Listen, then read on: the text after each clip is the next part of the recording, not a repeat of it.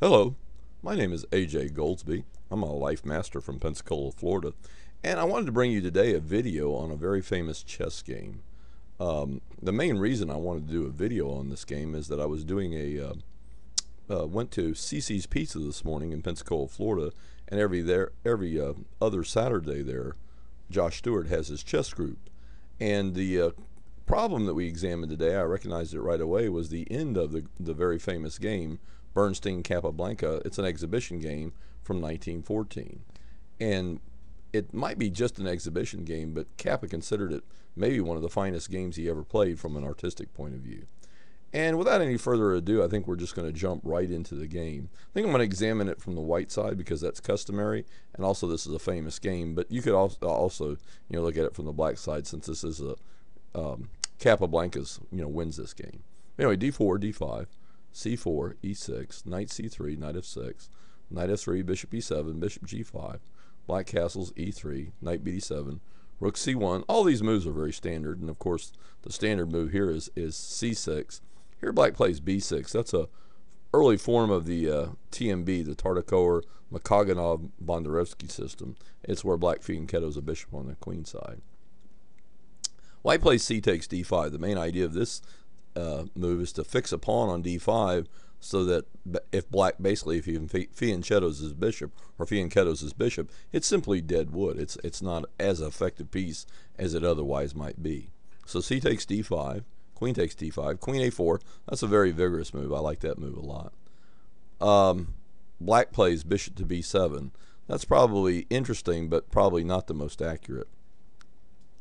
White plays bishop a6. That's a very active move, might be an exclam. The idea is to remove the light square defender.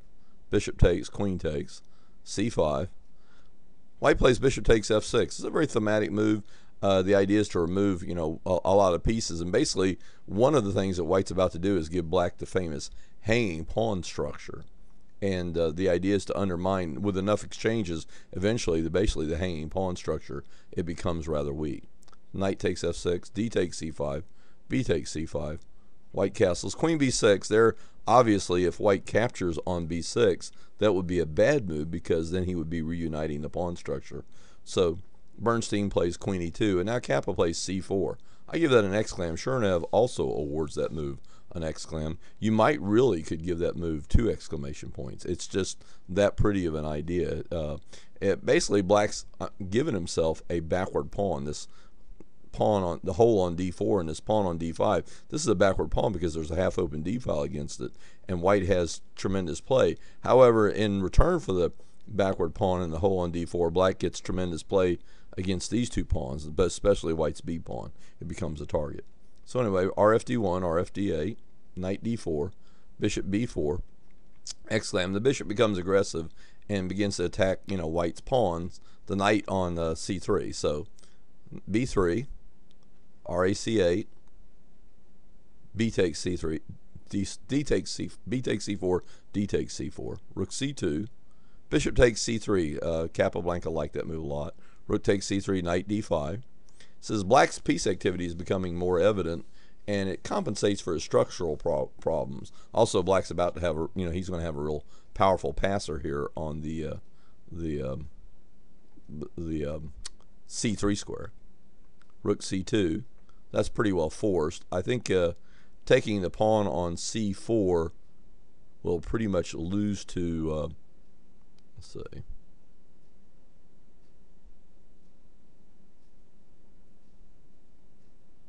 I'm really sure how that loses exactly. But anyway, he can't take the pawn on c4. I believe I have a web page on this game, so I've analyzed this game deeply on the web page, and you can check out all the analysis there. But anyway, knight d5, rook c2. Both Chernev and Kasparov give that move knight d5 an exclam. Rook c2, c3. And now Capablanca says in My Chess Career, he says that the black pawn is now a source of great strength. In other words, the passer gives black a lot of compensation for his other problems. rdc1, rook c5. And now white begins to play around with his knight, and knight b3, rook c6, knight d4, rook c7. That's a double exclam. Here, Bernstein offered a draw, and Capa declined the draw. Kind of also sets a trap. Knight b5, rook c5. And now Bernstein falls into a very beautiful trap. I got to say, I would have probably fallen in this trap. It's an extremely beautiful trap, and it's not at all obvious. Plays knight takes c3. Apparently he's winning up on. Actually, here white had to play knight d4, and then black can simply play g6 or h6. Just about any move to relieve the back rank problems, and he's much better according to all the engines. He at least has a solid advantage. But white plays knight takes c3. He fell into the trap. Knight takes c3, rook takes c3, rook takes c3, rook takes c3. And now we reached a critical position. This was the position that came out of one of the problem books that we were looking at this morning at CC's Pizza.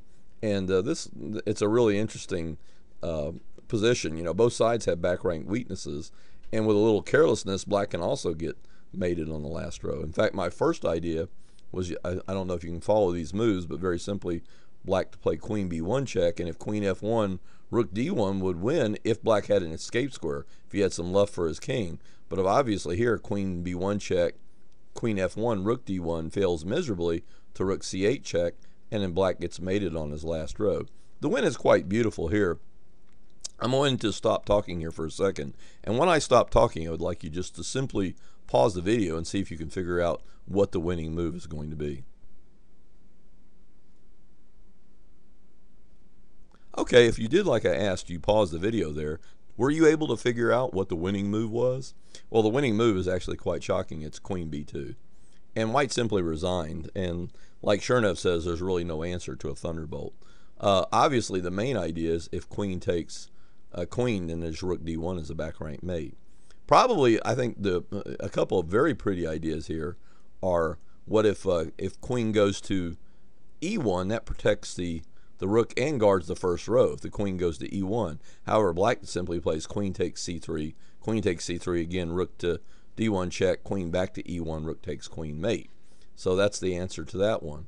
And of course, if rook c2, then just simply something like queen b1 check, and if queen f1, queen takes rook on c2, and again white's a whole piece up. Probably the cutest line, I think, is what the computer suggested here, is to simply play queen, if queen b2, then simply queen d3. And this is kind of cute because some players might be tempted to play rook takes queen, but rook takes queen loses miserably to rook c8 check. But black has a simple answer, as he simply goes queen a1 check, and now white has to go queen f1, and now queen takes c3. Again, the white rook is lost on the c3 square. That pretty much concludes my coverage of this game. It's a very famous game. I already have a web page. I've had a web page for about 15 years on this particular game, and I'll put a link to my web page in the little box just below the video that says show more. And that pretty much concludes my coverage of this game, and that concludes my video. If you enjoy my videos and would like to make a donation to my websites, please go to the PayPal website.